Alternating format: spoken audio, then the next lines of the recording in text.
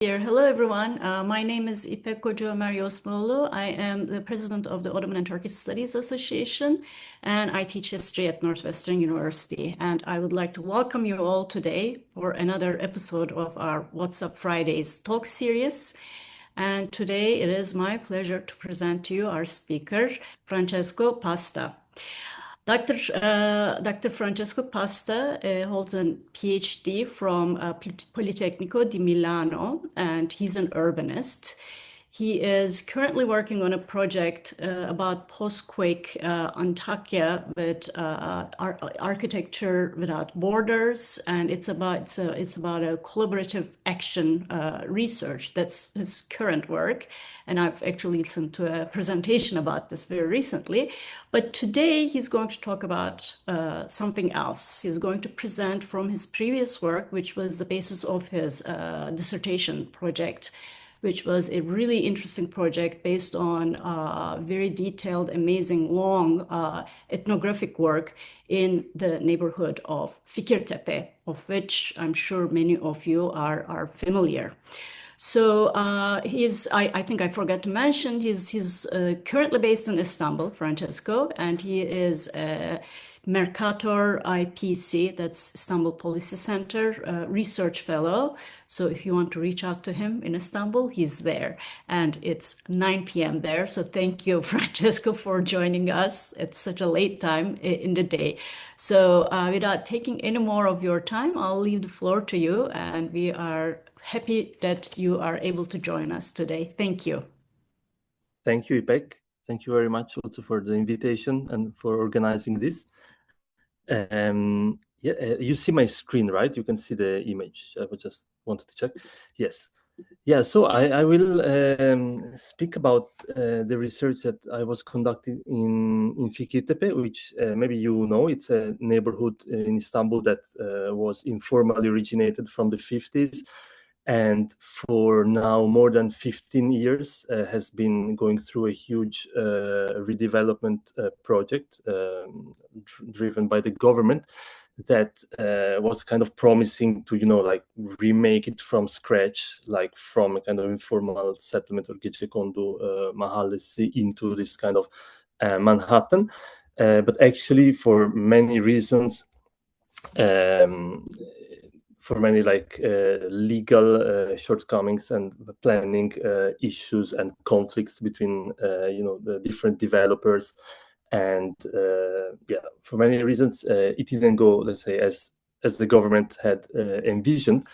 And it was kind of, even if the works broke ground in around 2012, at the time that I started going to Fikirtepe, it was 2017.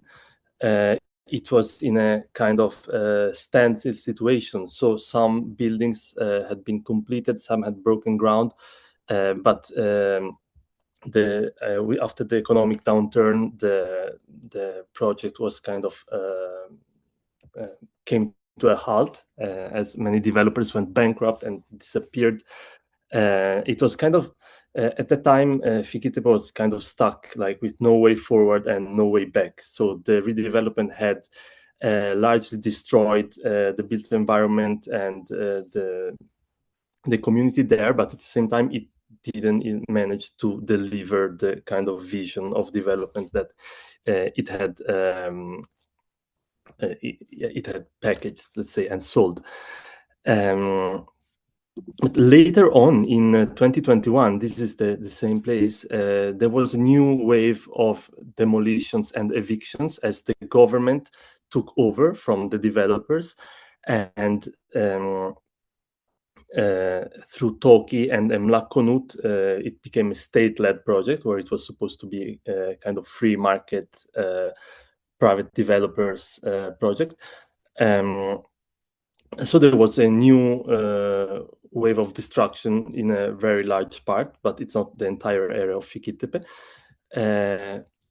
And yeah, here I wanted to just give some background. You see, this is a map from 1966. It's showing the informal settlements in Istanbul at the time, and Fikirtepe was one of the largest in the Asian side and one of the earliest. It's very close to the center of Kadıköy.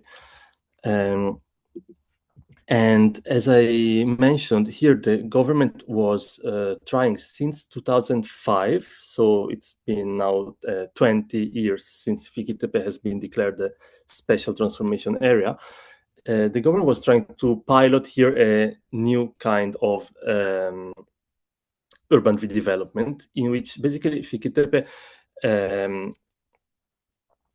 unlike many other Gecekondu areas, in Fikirtepe, people had tapu. It was regularized in the 90s. So the government was planning to divide this huge area with hundreds of blocks and thousands of housing units into around 60 mega blocks, and then the developers would find an agreement with the property owners there, and there would be a huge increase in allowed construction construction rights, and basically the property, the very small granular property pattern of Fikirtepe, they would be merged into these mega blocks. And the mayor of Istanbul at the time was announced that they will merge properties like dough, like pizza dough, like hamur gibi, he said. And then they were kind of imagining that this thing would just levitate like in an oven, and the cake would be so huge that everyone would get rich, right? Both the developers and the so-called hak sahipleri, the property owner, right holders or property owners. And at the time, there was a huge excitement about this and construction, since it was a very free market plan with very minimal architectural or planning overview. It was more like, okay, go, these are the 60 mega blocks, find the developer, go in a very competitive environment, just make your offer, and people will sign and you will start. So different projects started moving on at differentiated speeds across this huge site, and some of them, you can see this image was from 2017. Some were completed, some never broke ground, and then after the economic downturn after 2013 and especially after 2016, many of the developers went bankrupt, or they were forced to, they started construction but they couldn't complete, or houses were emptied but they were never demolished, or like the construction just remained, got stuck halfway. This was especially 2017, 18, 19. And at the same time, as many people moved out of Fikirtepe in these years, right? In this decade, let's say, those who had the option to leave left, or those who had no other option but to leave, right?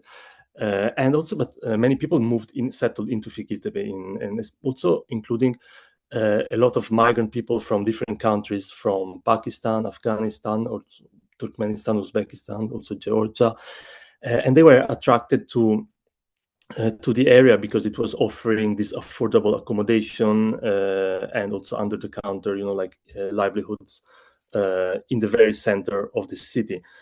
So here in these maps, I was trying to show how the area that you can see in the Asian side of Fikirtepe, the transformation area, is also the area with the highest concentration of migrant population in Kadıköy district.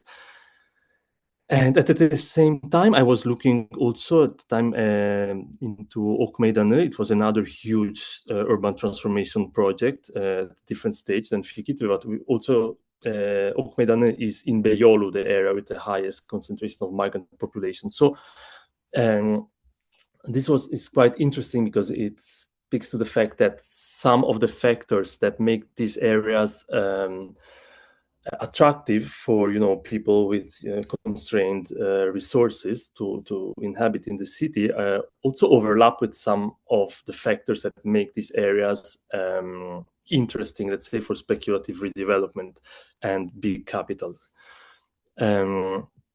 So yeah, in 2021 there was this huge new wave of the demolitions when the government basically stepped in took over, and with Emlak Konut and Toki, they said, okay, the developers couldn't do it. They failed. They disappeared. Kaçtılar, and so on. So we will do it. And they repackaged the whole project. It was called now Yeni Fikirtepe, different designs, and they took over from some of the areas that were still inhabited, and also some of the construction sites that were kind of stuck. And here is the link that I wanted to show you, because in 2023, so back then in 2021, the government was saying Yeni Fikirtepe will be ready by 2023, right? Because at the time, everything was like hedef 2023, even if it was like a bit rushed. And in April 2023, just before the elections that were in May 2023, Erdogan and Murat Kurum and everyone went to Fikirtepe to do this anahtar teslim töreni, I think. So they were distributing keys to these new flats. Let me see if I can show you a bit of the video.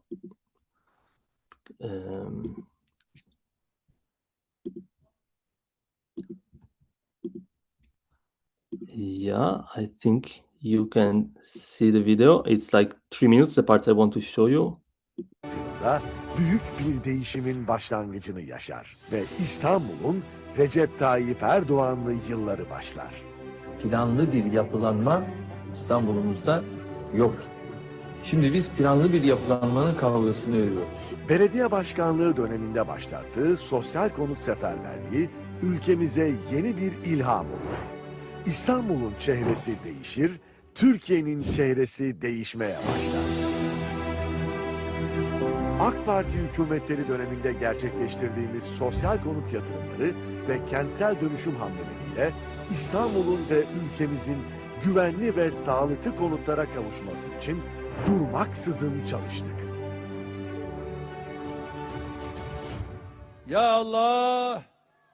Bismillah! Cumhurbaşkanımız Sayın Recep Tayyip Erdoğan liderliğinde tüm şehirlerimizi afetlere dirençli hale getirmek için bir an bile durmadık. Taş üstüne taş koymayıp her şeye karşı çıkan, dönüşümü yavaşlatmaya çalışan köhne siyasete kulaklarımızı tıkadık. Doğru bildiğimizden şaşmadık. Doğru adımlarla yolumuza devam ettik. TOKİ ile 1.200.000 sosyal konut yaptık ve 3.300.000 konutun dönüşümünü tamamladık. 16 milyon insanımızın yaşadığı İstanbul'umuzda kaybedecek tek bir dakikamız bile yok.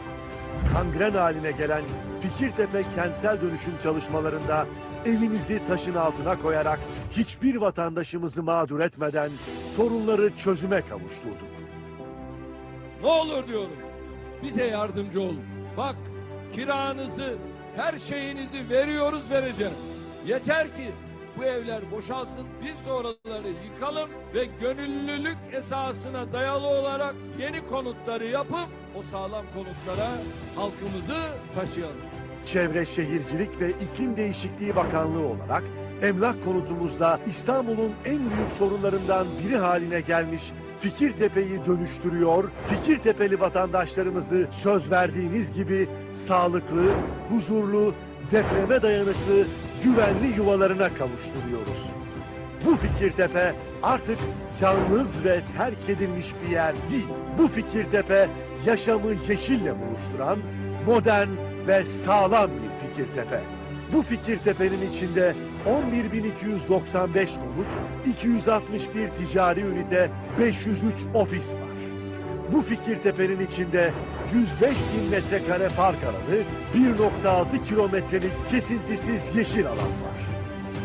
Bu Fikirtepe'nin içinde sosyal donatılar, eğitim kurumları, sağlık tesisleri, spor alanları, camiler var. Bu Fikirtepe'nin içinde gençlerimiz mutlu, çocuklarımız mutlu, ailelerimiz mutlu. Bu Fikirtepe, yeni Fikirtepe. Okay. it's enough.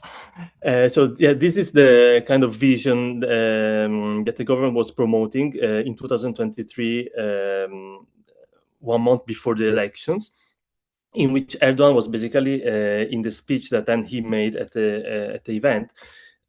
He basically said that, do you remember how was Fikirtepe when you remember how it was here before? No, it was all mud, all potholes, or rubbish, and we took it over. It was the most dangerous and like trash place in Istanbul, and we made it the most prestigious one. And do you remember how was Istanbul when we arrived? It was also like a disaster, and we turned it into a global city. But at the same time, the houses that he was handing out the keys were not completed, and probably they're not completed even now. At the same time, they were doing temel atma töreni for the ikinci etap, for the second phase of the Fikirtepe project. This was 2023, but actually this ikinci etap hasn't started even now. So let me share again.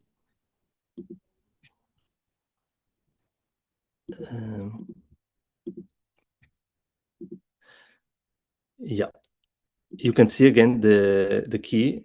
Yes, moment, right? The video. You can see the map. Yeah. So the area of this Yeni Fikirtepe that they're talking about is this so-called phase 1. This is now where works are ongoing, and where in 2021 people had been given a 5-month eviction notice to locate their flats. But actually, there are phase 2 and phase 3 are 2 areas where the redevelopment is supposed to extend, but works have not started yet. And so they remain in a kind of more like limbo situation, because the redevelopment is continuously postponed, but also never called off.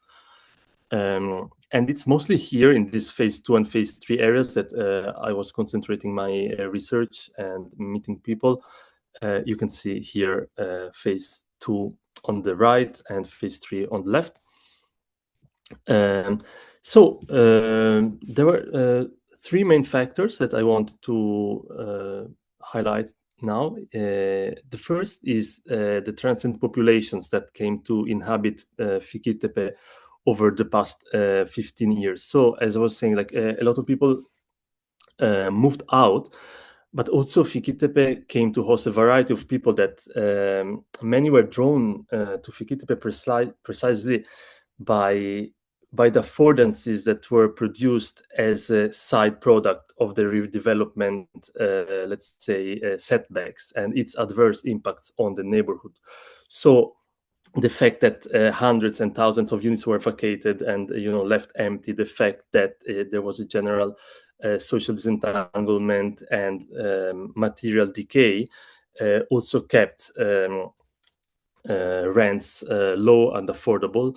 And also many people in Fikirtepe that were living there before, now they're trying to navigate the transformation and find ways to maybe move out or cling on just for a little longer. So in one way, we can say that a lot of different people in Fikirtepe, not just migrant people, but a lot of different populations are transient now in Fikirtepe.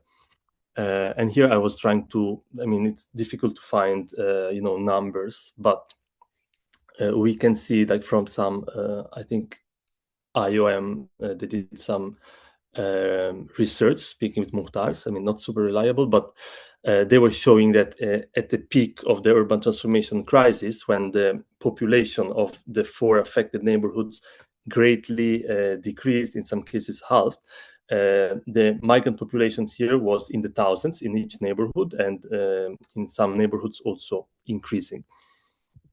And a second important element is the patchwork governance, meaning that if we see how the transformation has been managed over these 20 years, if we see how plans has been continuously scrapped and remade and laws amended and reapplied, and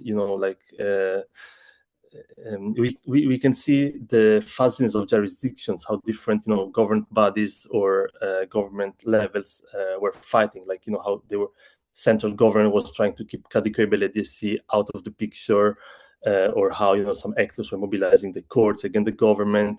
We can see all the murky relationships between the state and non-state actors, and how the whole system that has been evolving to kind of prop up this urban transformation process against all the obstacles that it faced is based on volatility and unreliability and opaqueness. Like the government is essentially making and bending its own rules and testing new regulations in Fikirtepe on the ground, or going against their own regulations. And yeah, this is another important factor that this is the list of events in the policy. And the third important thing is that in this extended conjuncture, Fikirtepe is narrated and managed and experienced as if temporary by different actors. It's by the inhabitants, but by the government, by the developers. So you would hear everywhere like it's not anymore as it used to be, but at the same time, it won't be like this for much longer. And this can take different nuances according from who is speaking about it. It can be like, kind of romantic memory of the past. It was a nice neighborhood, a nice community. Now it's all like, fucked up because of this. Or it can be the idea like, this problematic underdevelopment and failure that will be soon overcome. And this Manhattan is just around the corner. But the important thing is that this temporariness, this is lingering on for much longer than what is foreseen. So provisional arrangements that are made by people continually need to be adapted to keep going just for a little longer, but it's not clear for how long. And I was trying to summarize these factors and the conditions that they produce with the idea of what they call the extended transiency. So transiency is not just temporariness. It's a bit more complex. It's about temporariness, but also uncertainty, provisionality, and in a way instability. And when I say that it's extended, I mean mainly three things. One is that, as I said, it's extended in time, in the sense that it's continuously stretched out, often indefinitely. It's something that is supposed to be for some time only, but now it's like at least 20 years on. And also, as I explained, it's extended in space and between social groups, meaning that it's taking in more people than the ones that usually are like being labeled as in transit, on the move, or like that. But also we see that it's expanding this transiency on more spaces or localities than the ones that we usually might consider as makeshift or ephemeral. And the third element is that it extended across multiple scales, meaning that it's a condition that is both produced and navigated from the personal level of your people life plans, their households, their very like small scale level, up through the sphere of place space collective relations. So what we can call a community, or maybe not a community, but the neighborhood relations, and to the level of policy making, urban development, and global mobilities. So in the research, I was trying to understand from like a grounded investigation, let's say, like from Fikirtepe, from talking to people in Fikirtepe, how is urban inhabitation unfolding under these conditions of extended transiency. And today I wanted to share maybe four, kind of possible answers or ideas. And I don't know, is it clear until now, or should I go on? Yeah, okay. So the first thing that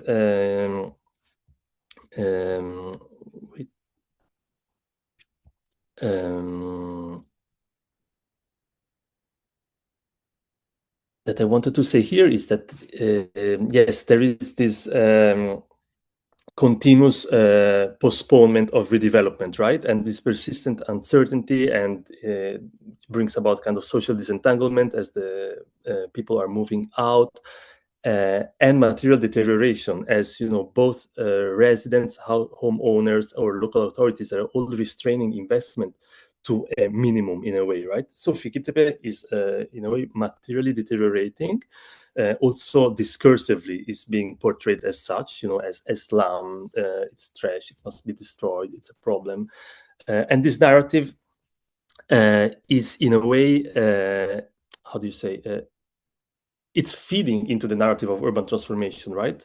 Because like what I call augmented disposability is the fact that Fikirtepe is rendered disposable, the first narrative, and then materially. But at the same time, this disposal is continuously deferred because of this redevelopment is always like fading on the horizon, but never called off. So this narrative, it's a product of urban transformation policies and narratives itself, but at the same time is feeding into these narratives because Kentsel Dönüşüm is being portrayed as the only way out of this deadlock, right? And so in Fikirtepe now there is not actually space for producing an alternative imaginary of what urban redevelopment could be, of what some people say kentsel iyileştirme instead of kentsel dönüşüm.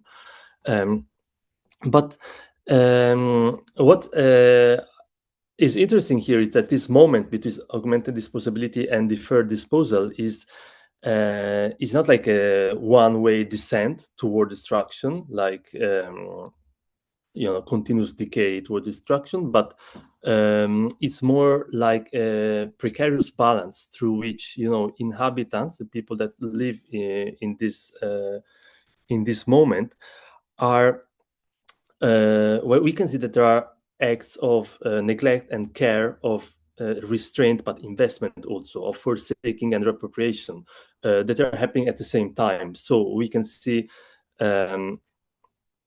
how there are a myriad of spatial practices through which these spaces are transformed and readapted to different uses, and through which actually the built environment is being maintained on the threshold of livability, but also always ready to be abandoned with the lowest margin of loss. So when we think about this moment, we shouldn't, sometimes we speak as like a moment of stasis, like redevelopment is stuck as a paralysis, but actually it's a very dynamic environment. A lot of things are happening in this kind of window of opportunity and uncertainty. This is an image of like there are, as I was saying, like many houses that are being left empty and very unkempt actually by the owners, are being then rented out, especially to maybe short-term migrants from different countries that maybe they have different life trajectories, but they don't intend to settle in Fikirtepe, but they're just here for the moment. Like this house, it was rented by the Turkish emlakçı to Uzbek family. This just picture. Or here, this image that I wanted to show you is it was a kind of small-scale factory of cooling systems that was closed down in 2015, and it was because back then, at some moment, demolitions seemed imminent. Like they were like, okay, in 3 months this will be demolished. So many places were emptied, but actually in this case it was never destroyed. And at some point, after remaining idle for a few months, it was actually repurposed. It was transformed into a rubbish collection center. And around 2018-19, here there were like dozens of young people from Afghanistan who were working here. And actually they were not planning to settle in Fikirtepe or in Turkey. Actually their idea was to move to other countries in Western Europe. And These places has been attacked by police in 2021 after the pandemic, and it has been walled over. And many of the migrant people that were living and working here, they were detained by the police. But the people I had met here, actually, they managed to get out of here before and to cross into Bulgaria, and now they are in Italy and Germany. So this also relates to another important, let's say, another reflection on this answer, what happens under conditions of extended transiency. And we see that there are different ways in which people use the leftovers generated by redevelopment and by the continuous deferral of redevelopment to get by. And this includes both people that found themselves having to navigate this situation, but also people that were drawn to Fikirtepe specifically because of these opportunities and affordances that this specific condition generates. So this infrastructure of scrapping along, what I was calling as such, are basically social and material circuits that are unfolding between remainder spaces that are considered like wasted by the mainstream view, and wasted materials. There is a huge market of wasted materials, and also disenfranchised populations, people that by the legal system are also made expendable in a way. And in a way, these infrastructures are allowing people to get by, even if just for the moment only. And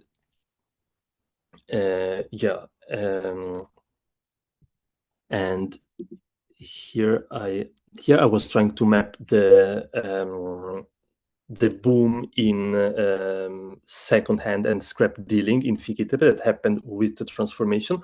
Also for geographic reasons, because it's kind of low-lying area between more higher hills. Because when you are carrying by hand waste like plastic, glass, or paperboard, these pull charts, they can get really, really heavy.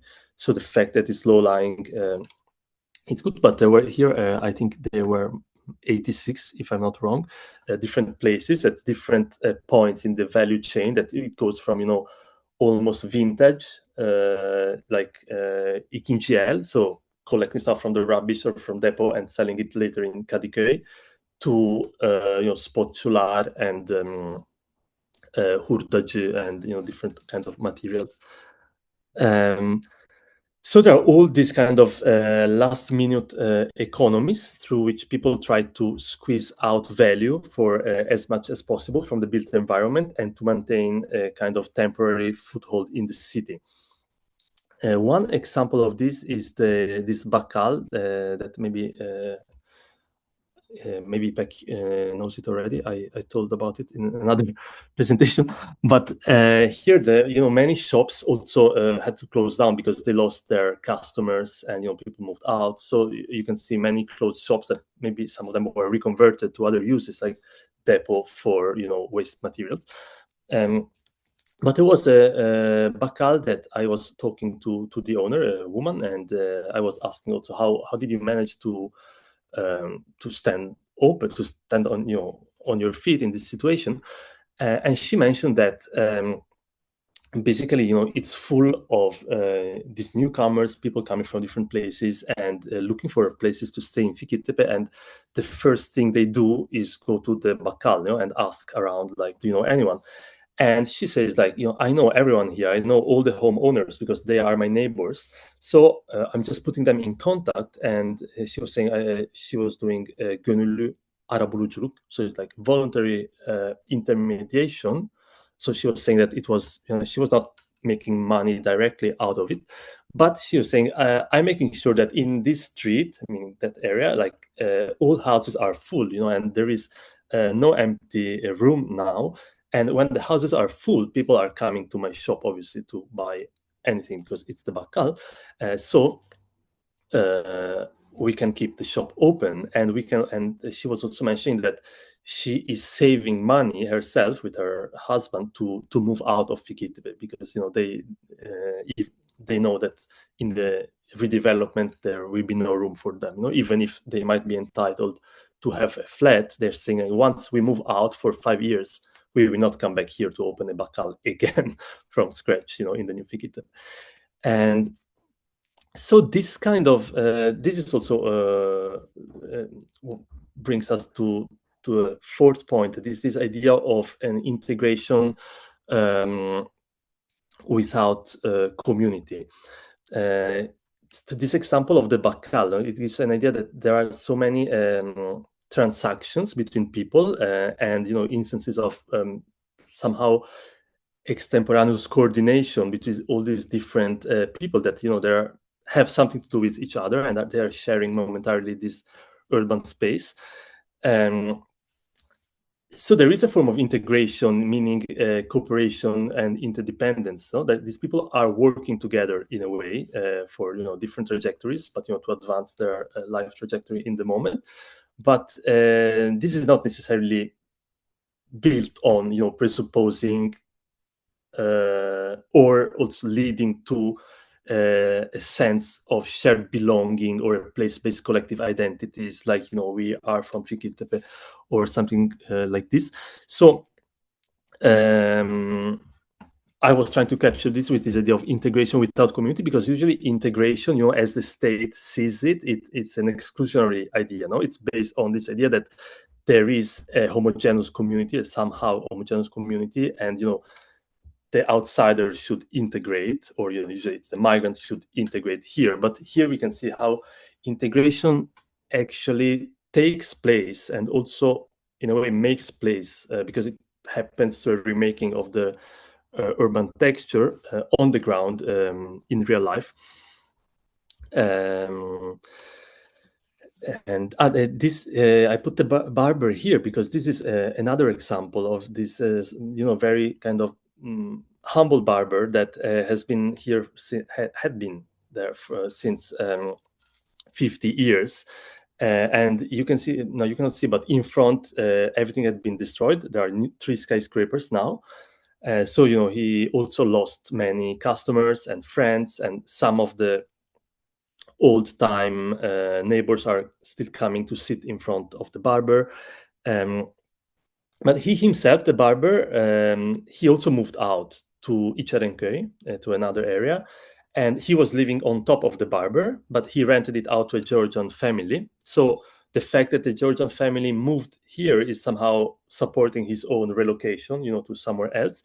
And at the time, he was still making back and forth every day and coming to the barber. And he was saying, like, yeah, people from these new skyscrapers, they will never come to my barber. It's so shabby, and I don't want to invest in, remaking it, because I will go, they will destroy it here, but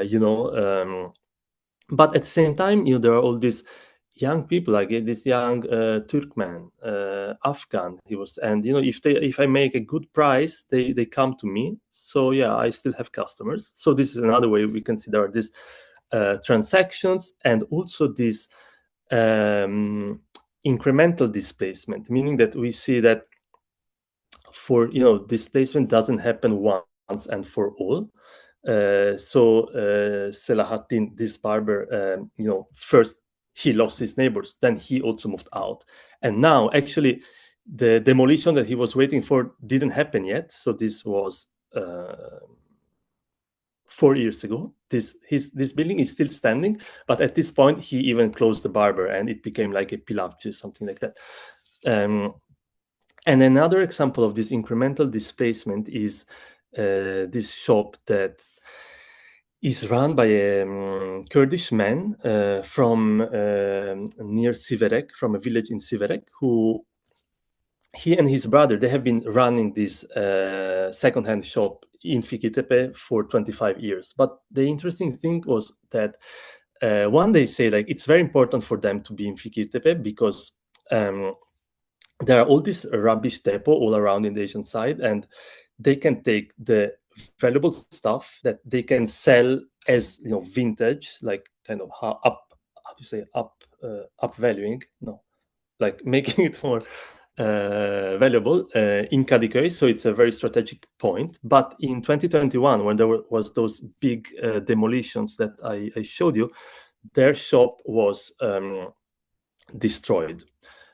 So they tried to find a way to remain in Fikirtepe, and they ended up renting this space that actually was emlakçı. It was like one of these emlakçı that mushroomed all around Fikirtepe in like 2015, at the height of the boom, like when it looked like Manhattan is around the corner. Actually, you can see it here, but the facade of this shop, it's all in glass and it's all covered with a Manhattan bird view.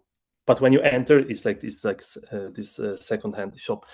And so they are also sleeping in this shop, so it's a very kind of harsh life. But the thing is that for 25 years, he and his brother, they have been doing turns of a couple of months in Fikirtepe working, and then back in the village where they maintain, their families, spouses, and children. So basically, they never made the step of moving entirely to Istanbul. They cannot settle down in Fikirtepe, so settling down is beyond their reach. But also, life in the village in Kurdistan is, untenable. So they kind of live holding, 1 foot in more than one shoe. No, 2 feet in one shoe. No, 1 foot in more than one shoes. Like, and also they have been evicted once. Actually, when I spoke to Shref, this guy, last year, he had been evicted again from here because they wanted more money, and they moved again within Fikirtepe in another place. So in these years, they have been evicted, let's say, 2 times within Fikirtepe, and they are kind of thinking of an upcoming, demolition and eviction. And so this impossibility of settling down brings us to this last, let's say, reflection, which is that emplacement here is kind of splintering into many locations. And we can see that all the people that are kind of investing time, energies, and resources in Fikirtepe, they are doing so only in relation to somewhere else. So there is the Turkmen woman that is living here, and she's like a bakıcı for an older woman in Caddebostan that is more upscale, and she's sending money back to the village in Turkmenistan, and they are building a house. Or it can be the Afghan guys that I was mentioning before, that maybe some of them spent even 3 years in Fikirtepe, but they were also always with their perspective of moving to Greece or to Bulgaria and then somewhere else, or long-term inhabitants in Fikirtepe that they are trying to navigate the situation and kind of find a way out in many instances. And and so this means also that many of the people that are living, or in a way making place in Fikirtepe right now, they are jostling many different relationships, communications, mobilities, transactions across wider territories that go much beyond Fikirtepe. So basically, under the current condition of extended transiency, for many people, Fikirtepe is a bit a way where people can cope only by maintaining 1 foot here and 1 foot elsewhere, and this splintering emplacement is, on one hand, it's a consequence of the urban transformation, but on the other hand, we can see it as a strategic response to it, and the kind of settlement pattern that, in a way, it's also reproducing extended transiency, but it's also providing the means to navigate it and expanding the options to deal with this uncertainty and precarity. I was trying to map how different people that I talked to were jostling, these different relationships across Istanbul, Turkey, or the broader region at the same time from Fikirtepe. And to conclude, I think, yeah, I should conclude because it's more than half an hour that I've been speaking. Here, yeah, one thing that I think is important, we can say we can learn from this analysis of extended transiency in Fikirtepe is that all these different practices, all these different ways of maintaining a foothold in the city and remaking the city are practices of city making. You know, they are changing how the city is and how these urban transformation processes are actually being articulated. So I'm speaking a bit from an urban studies, urban planning perspective. So maybe it's not of interest.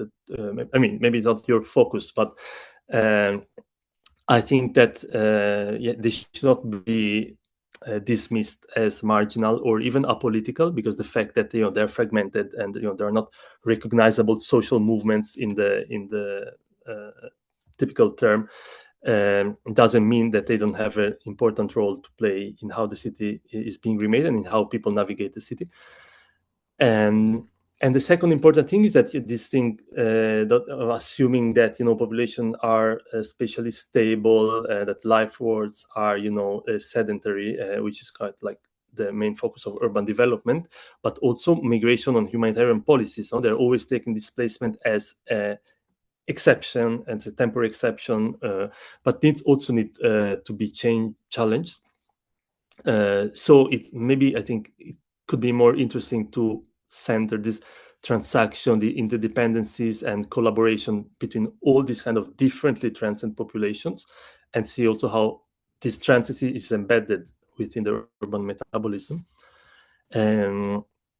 And the third point is that if we look at this big profit-oriented, like the government and big capital alliance project, we sometimes there is the idea that there is big capital and the dispossessed communities or something like this, and it's seen as a very like black or white on one against the others. But actually, when we see how this process is unfolding on the ground, we see that dispossession and displacement are moving on along more splintering routes, and they're also overlapping.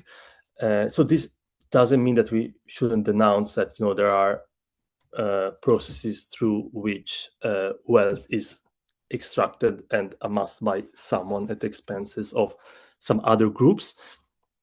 But to recognize that it doesn't unfold in this linear way, and that this broader field of extended transiency also can be seen as a more common ground for social mobilization. So this is it for tonight or this morning if you are in the US. And thank you, and I'm looking forward to hear if you have critique or questions or observations. Thank you. Thank you. Thank you, Francesco, for this wonderful presentation. Now the floor is open to questions. You can either raise your hand, turn your camera on, and ask your question directly to Francesco. Or if you prefer, you can put it in the chat box and I'll read your questions from here. So far, I do not see anybody's hand. I see some, well, yes, reactions, clapping, of course. Thank you, Beren. Well, before, I mean, I'm sure people will have questions, but I was actually wondering if you could talk a little bit more about, it's not very recent, but I found myself that the taxi I was taking drove through Fikirtepe, to take I think there was traffic or something.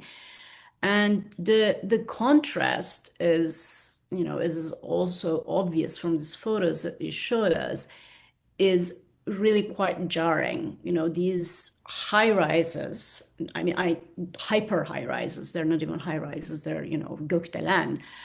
And then right next to it, remnants of what clearly used to be a neighborhood, right? Even though, as you say, these neighborhoods were first declared disposable and, with disposable lives in them, and then replaced with something that does not really look, it looks like a iş kulesi, it's like, it doesn't look like a neighborhood or residential anything.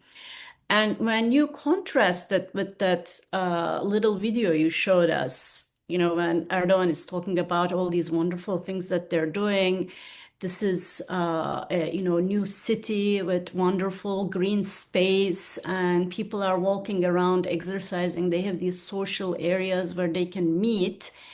The the contrast with that is also extremely striking.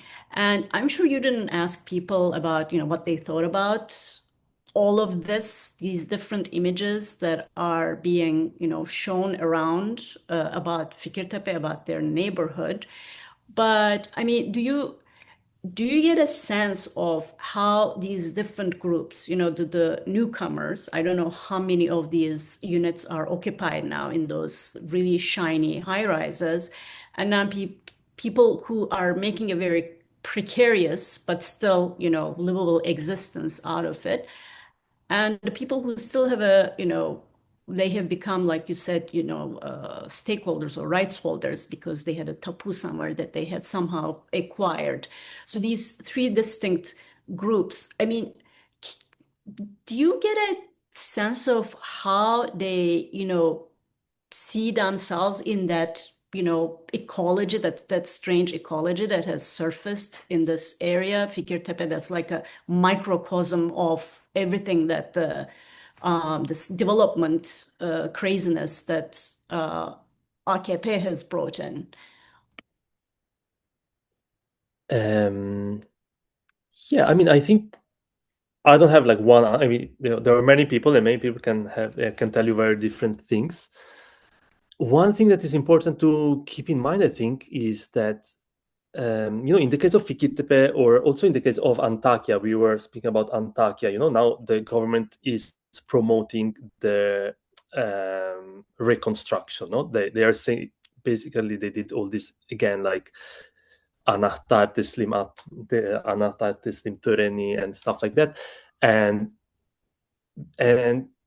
basically there is no really connection with the reality on the ground. So there is this totally distinct level of what is communication and propaganda, and then the reality on the ground. And I think this case is like Fikirtepe, that now, I mean, Fikirtepe kind of got a bit out of hand also because it's in the center of Istanbul. Everyone can see it. It's on Twitter, it's became like also the new Fikirtepe, as we were seeing in Turin in the other when we met. It became also epitomizing, all the problems of the government reconstruction plans.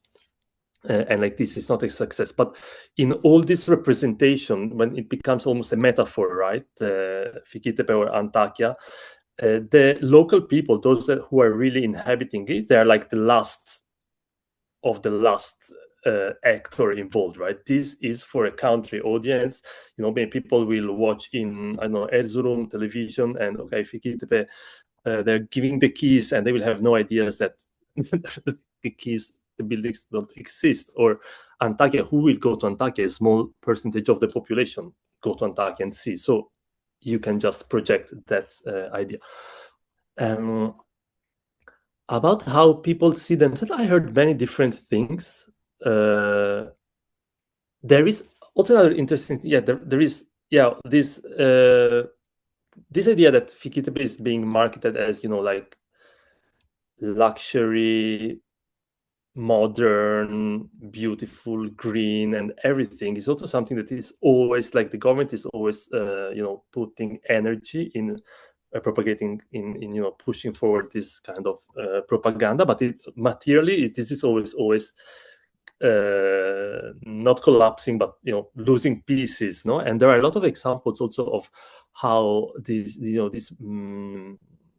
high rises that made by the private developers, they had also a lot of issues like electric cuts, or you go to the swimming pool, the people pay 15,000 IDAT, and the swimming pool, I mean, I went in this building, I was pretending to be like that I wanted to rent, and the swimming pool, they have aeration problem. There is yosun in the swimming pool.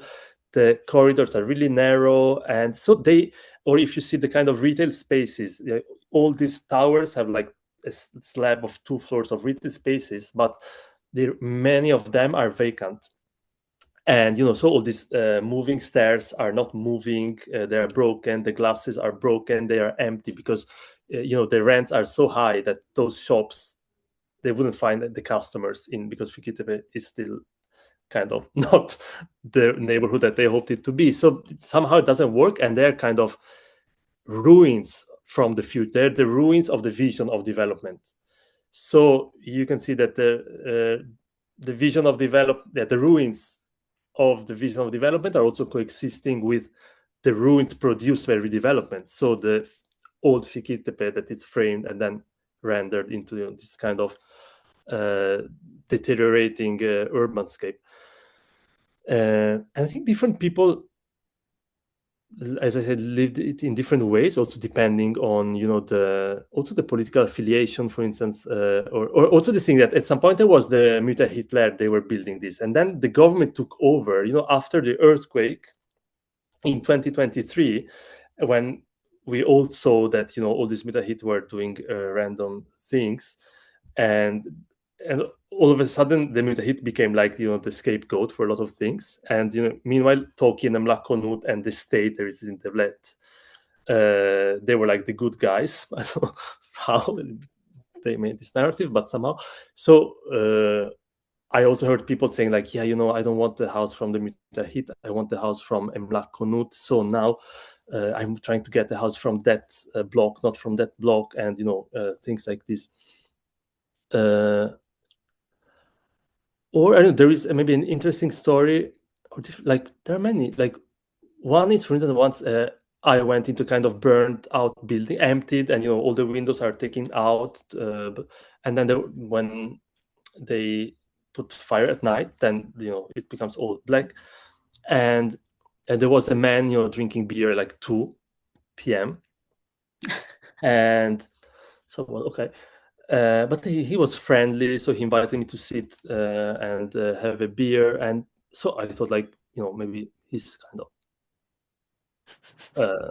some bad situation, in here, like in this kind of empty building, drunk. I mean, maybe he was drinking a lot, yeah.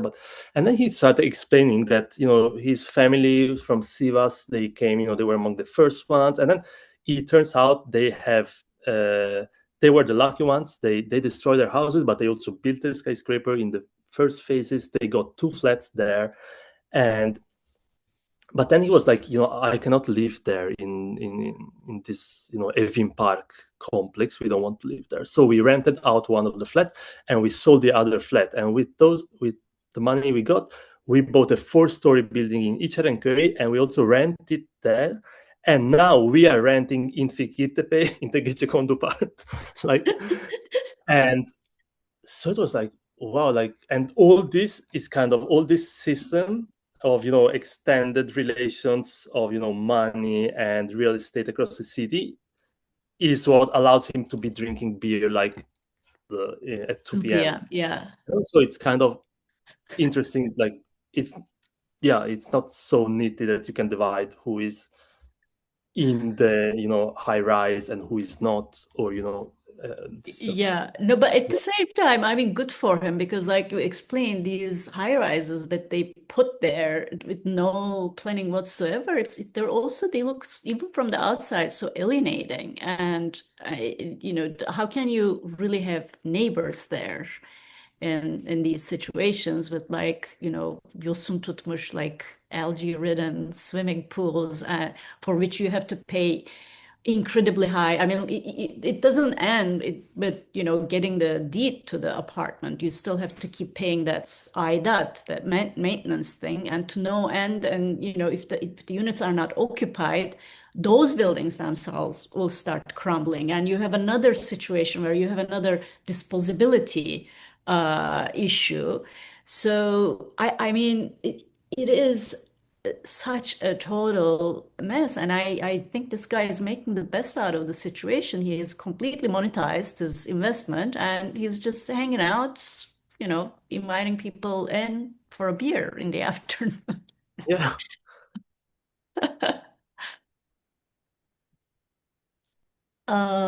There is a question here. Shall I read it? You mention about different nations in Fikirtepe. This is from Tahir Nakip, by the way.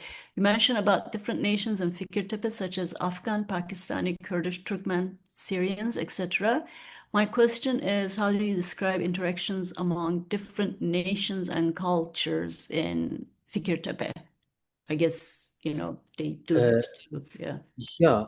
Yeah, I think this is related to the idea of integration without community in a way, and because when you go around, if you speak to people, especially like long-term Fikirtepeli, like people from Fikirtepe, like you can hear a lot of xenophobic attitudes, a bit, or like not very good views on all these foreign newcomers. And there is I think Mehmet Tümtaş. He wrote a book called Nöbetleşe Dışlanma. So it's like exclusion in turns, like taking this nöbetleşe yoksulluk. Like it says idea that the people or the social groups that they were excluded in the city, as the villagers, the poor, and like this in the previous generations, now they are in turn reproducing this exclusion on the newcomers. Or Orhan Iftakhel speaks about defensive urban citizenship. So it's something that emerges, like where people, they use citizenship as we are from here, we are, this is our place, defensively, but in a space in which actually different like urban pressures are, both the local and these newcomers are under different kinds of very hard pressures. But the interesting thing that when I was trying to understand and speak with people from Fikirtepe and some of these people from elsewhere, is that actually they are working together to be there. They are collaborating in many different ways. So there is and they develop also personal relations. There is for instance a man from Kars, from Turkey. He got married with a woman from Uzbekistan, and they were running this eatery, this Central Asian food on the main street in Fikirtepe, and it was very active, and the woman was running the whole thing, and it was full of people from Central Asia. So at some point she disappeared, and the guy was like running by himself the thing, and then he told me that she had been deported because her residence permit has expired, and maybe 7-8 years ago it was easier, and many people were telling him it's like here police is not checking, here it's fine. But at some point they started, enforcing more drastically. The people are afraid, migrant people, about if they don't have all the papers in order to go out at night. So she was sent back to Uzbekistan. But still from there, she was basically running the thing. This is what her lover, the Turkish man. So they were not married. They were not married, and that's why thing. She didn't have papers. Yeah, and all the people working in the eatery were her relatives that she had been like sending, and the guy was running it, but she was in Uzbekistan and she had time that she couldn't come back to the country. But the thing is that these interactions and interdependencies, are not necessarily leading to an idea of solidarity or a discourse of solidarity or of community, but also in this context we shouldn't be looking for a community, or for the harbingers of a community to come, because everyone is living in Fikirtepe like there is no tomorrow, basically. So yeah, it's not really developing in the way maybe a bit stereotype community we might imagine. I don't know if this well, we have another question and not much time left, so I think, Beren, would you like to go ahead and ask your question? Oh, if you don't have time, No, we can. We started a little late, so we can take a little extra time. Sorry that then. First, Thank you very much. This amazing presentation. I really like to listen. And my question is about your term extended transiency. In Fikirtepe, did what you call extended transiency, that, like, if I'm not wrong, that never ending in between phase with empty buildings, like shuttered shops or half finished construction sites, like cheap rents and places lived in as if they could be demolished at any moment.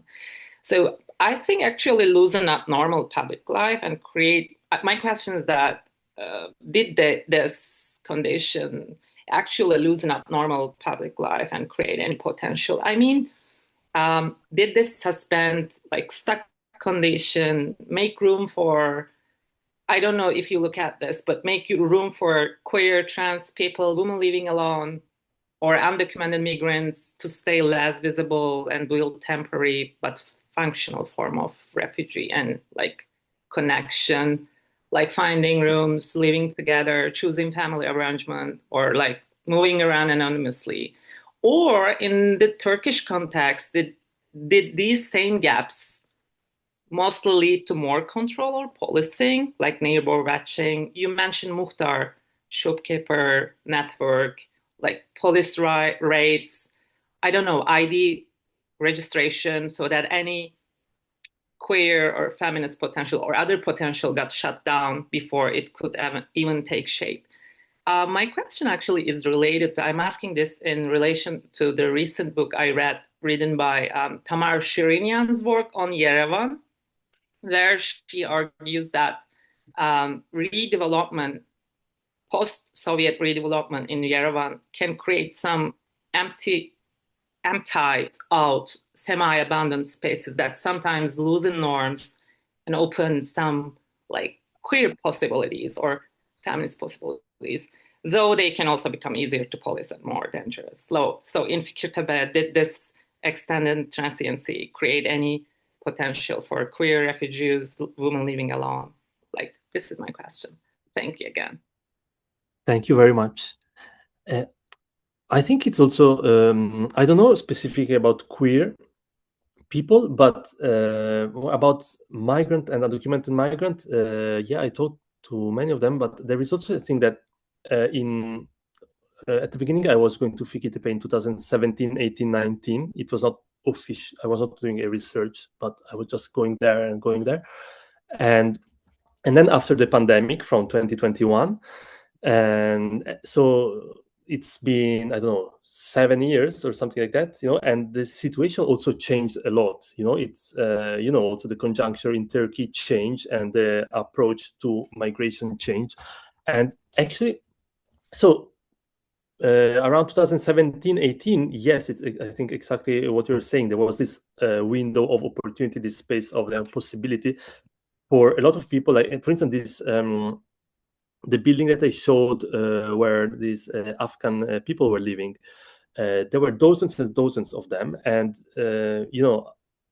maybe I was having dinner with them or staying with them. And in their story, the way they were telling me about the place, they were depicting it as a good place. They were saying, like, this is a good place. And they were like, one guy was telling me, like, I arrived overland, passed through Van, and when I arrived to Istanbul, I just took a taxi and came straight here, because it's not that they were wandering around and trying to find a place. It was a reference point for them. And he was saying, like, we are living together, and they are in these rooms sharing dozens of people, and each room about from 5 to 10 people. They were sharing the responsibility, like, if you do shopping, I clean, and so. And we have free Wi-Fi, we don't pay rent, we have water and electricity, and we can save money to send back home, to save for our ongoing journey. And there were people that were, like, trying to cross to Bulgaria, and they were sent back and coming back. So it was kind of shelter. And they were also explicitly saying, the police is not coming to Fikirtepe, so it's safe because we don't have documents. And the Afghans or Pakistani, they are most exposed, no, because also they cannot have any visa. I mean, it's very hard, right? So they were undocumented. But like Uzbek and Turkmen people, many of them, they can come as with tourist visa, or just take a plane. So the woman running the restaurant was saying like, yeah, I come by plane. I'm not coming over. She was, but then usually their visa was expiring, but then they were still staying. So it was kind of more in between situation.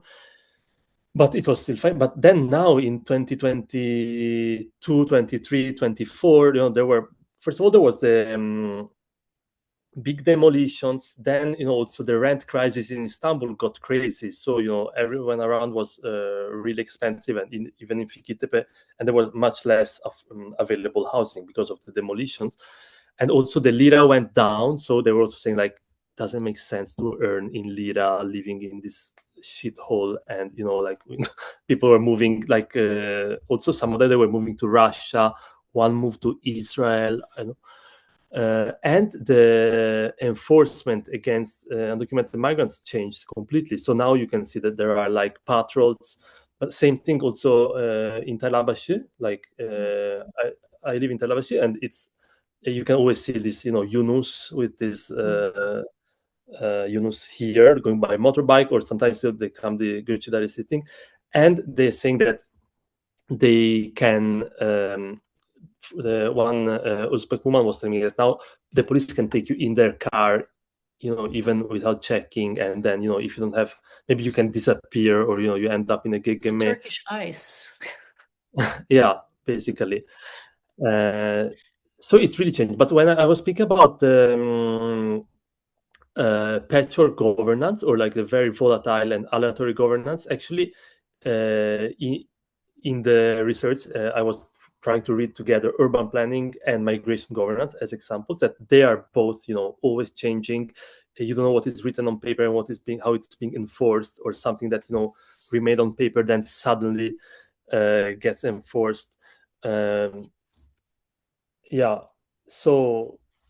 it was a space of possibility for some time. Now I think this is much more constrained, but this is just about the migrant issue. And for what concerns queer and trans people, I don't have enough knowledge. Okay, I had to cut off my audio for a second, sorry, because there was some commotion in the background. Yes, thank you, Francesco, for this wonderful presentation. Thank you again. And it's always a pleasure to listen to your work. And I look forward to hearing about the new project too. And if I, in the near future, come to Istanbul or somewhere else, maybe. So, and thank you all for attending this talk. There is in the chat box, there's the registration link for the next WhatsApp event. It's going to be in 2 weeks, 2 Fridays from now, February 27th. And the speaker is Johanna Benheim. Johanna happens to be a second alumnus of the summer school that we were at this past summer in Torino. And this is a really, interesting. His topic is also really interesting. Research fieldwork done in Istanbul and elsewhere in Turkey, all over Turkey, around the so-called Techno Fest. So I strongly recommend that you also register for that event. And Francesco, it was a pleasure. Thank you so much. Thank you. Thank you very much. Bye-bye. Thank you to everyone. Bye-bye, everyone. Bye. Bye.